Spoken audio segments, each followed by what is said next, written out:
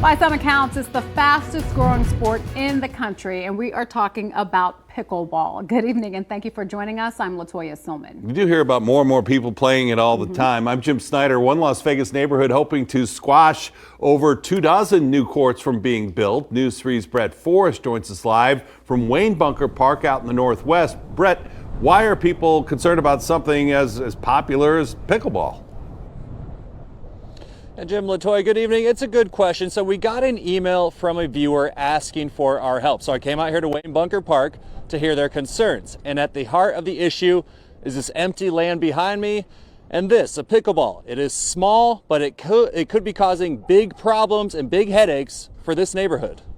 Pop, pop, pop. Pickleball. Nearly 9 million people in the U.S. play it and probably love the sound.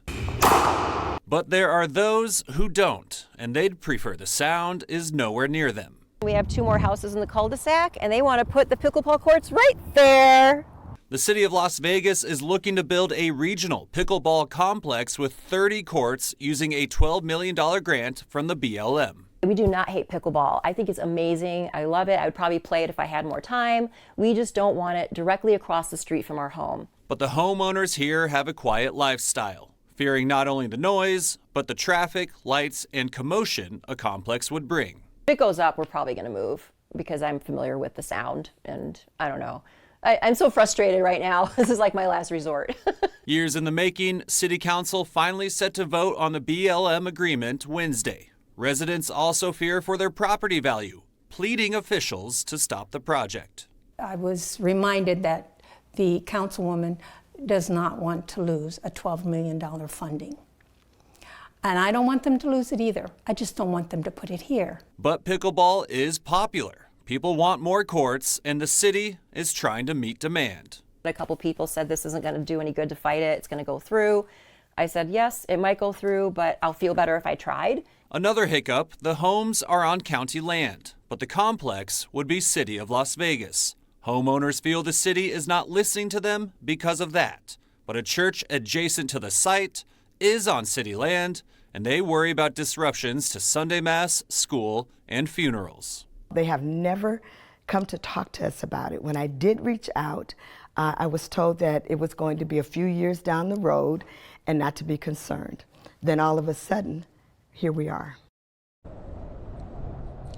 Now, through my reporting today, I discovered this is not a unique problem to this neighborhood. There's actually a Facebook group called Pickleball Sound Mitigation. Yes, that is a real group. And they're tracking this across the country. And as right now, they've discovered over 30 lawsuits and formal complaints for issues similar as this one against pickleball courts in cities around the country. So again, this is happening everywhere, it turns out. But the sport is growing in popularity, over 159% growth over the last 3 years. So what's next? Well, City Council is voting on that agreement tomorrow. These neighbors here say they'll be there to voice their opposition once again, but the city's telling me they are planning to still work with the neighbors here throughout the process.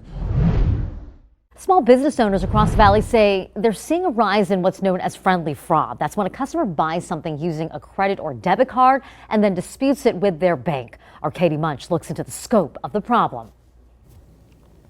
Yeah, friendly fraud is really costly. Businesses lose out on the item, the money for the item, and they're also hit with fees. Now they're looking for ways to up their security.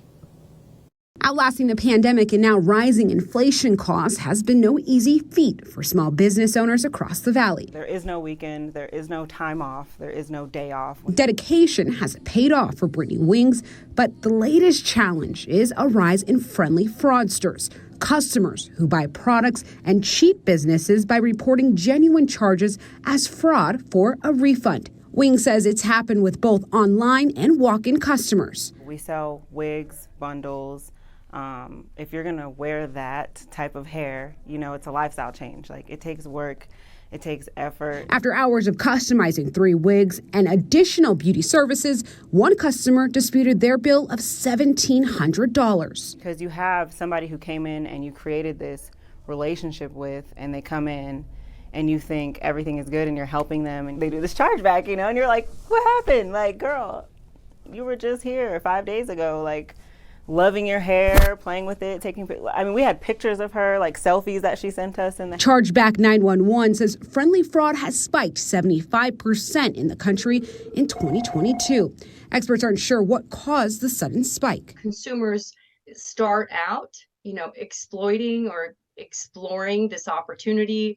They find that it's easy, there's no friction, there's no penalty or consequence, and they get away with getting a refund and getting the product or the service for free. Wings now checks IDs for customers' full name and addresses. It often deters theft. I have to pay a little bit more on my platform for it, but it's worth it because I get to see, it forces people to take a picture of their ID. You can't upload it. You actually have to take a picture, and then you have to take a selfie too.